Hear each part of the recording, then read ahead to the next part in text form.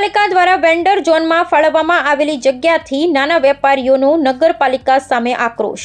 નમસ્કાર મિત્રો, ગુજરાત પહેરેદાર સમાચારમાં આપનું સ્વાગત છે। ખેડા જિલ્લાની કપડવંજ નગરપાલિકા દ્વારા વેપારીઓને ફાળવવામાં આવેલ જગ્યા શહેરથી ઘણી દૂર હોવાને કારણે લારીઓ અને વેપારી મિત્રો દ્વારા ચીજવસ્તુઓનું રોજિંદુ યોગ્ય પ્રમાણમાં વેચાણ થતું નથી। આના કારણે તેમની રોજીરોટીની આવકમાં મોટા પ્રમાણમાં અસર જોવા મળી છે।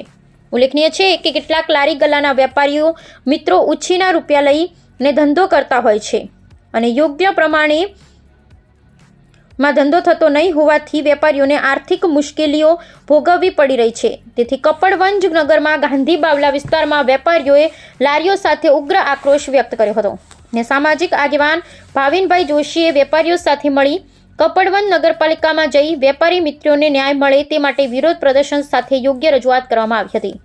Bureau report Manish Gohil, Kapadvanj, Kheda. આજે સવારે ઘરે હતો ને આ બધા નાના વેપારીઓમાંથી બે ચાર જણના ટેલિફોન આવ્યા મારી ઉપર કે ભાવિનભાઈ તાત્કાલિક અહીંયા ગાંધીજીની પ્રતિમા પાસે આવી જાઓ, તમારું કામ છે। હું જ્યારે ત્યાં પહોંચ્યો ત્યારે એમણે મને રજૂઆત કરી કે આજે કપડવંજની થોડેક દૂર એટલે ગામની અંદર જ કુબેરજી મહાદેવની પાછળ જ્યાં આગળ હમણાં નવો જ વસવાટ થયેલો છે, ત્યાં આગળ નવી દુકાનો ને બધું બનેલું છે, કોમ્પ્લેક્સ એ જગ્યાએ ક્યાંક આ લોકોને જગ્યા ફાળવી છે નગરપાલિકાએ કે ફ્રૂટવાળા અને શાકભાજીવાળા અને ફ્રૂટવાળાએ કંઈક ત્યાં ઊભું રહેવાની એવી કંઈક વાત છે। તો આ લોકો આજે સવારથી જ ત્યાં ઊભા રહ્યા છે। એમનું કહેવું છે કે અમે 4-4, 5-5 હજાર રૂપિયાની આજે માલ સામાન ભરીને અમે લારી લઈને ત્યાં ઊભા રહ્યા છે। સવારથી અમે 1 પણ રૂપિયાનો વેપાર કર્યો છે નહીં। શાકભાજી એક એવી વસ્તુ છે કે બીજા ત્રીજા દિવસે બગડી જાય, ત્યાં કોઈ લેવા ના આવે તો રોજનું અમારે આજે નુકસાન થાય। અમે રોજ લાવીને રોજ ખાવાવાળા છીએ, તો અમે શું કરીએ? આજે આપણે પણ જોઈએ છે કે ચાહે નડિયાદ હોય, અમદાવાદ હોય કે કોઈ પણ સિટી હોય, તો ત્યાં શાકભાજીના માર્કેટ હોય કે ફ્રૂટ માર્કેટ હોય તે ગામની વચ્ચે જ હોય છે। સમસ્યા થાય છે ટ્રાફિકની, પણ ટ્રાફિકની સમસ્યા માટે આજે આપણે અમદાવાદમાં જોઈએ છે, બરોડામાં જોઈએ છે કે વાહન પાર્કિંગની એક વ્યવસ્થા કરવી પડતી હોય છે કે વાહનો ક્યાંક દૂર ઊભા રહે અને ત્યાં આગળ દૂર ઊભા રહે વાહનો અને પછી ચાલતા લોકો આવે।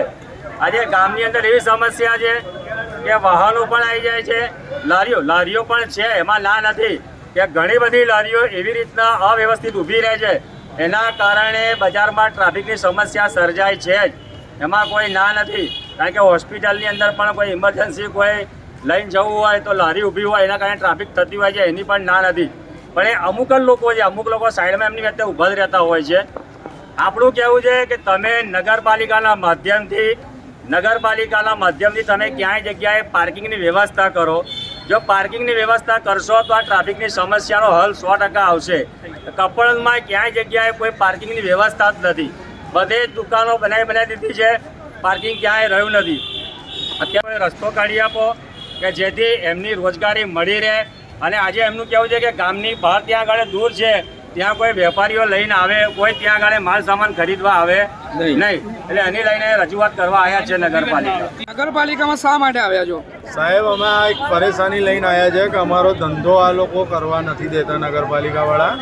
જે અમને જગ્યા ફાળવેલી છે 4-5 હજાર રૂપિયાનો અમે માલ લાવીએ છીએ, અત્યારે 5 રૂપિયાની અમે બોણી કરી નથી સાહેબ।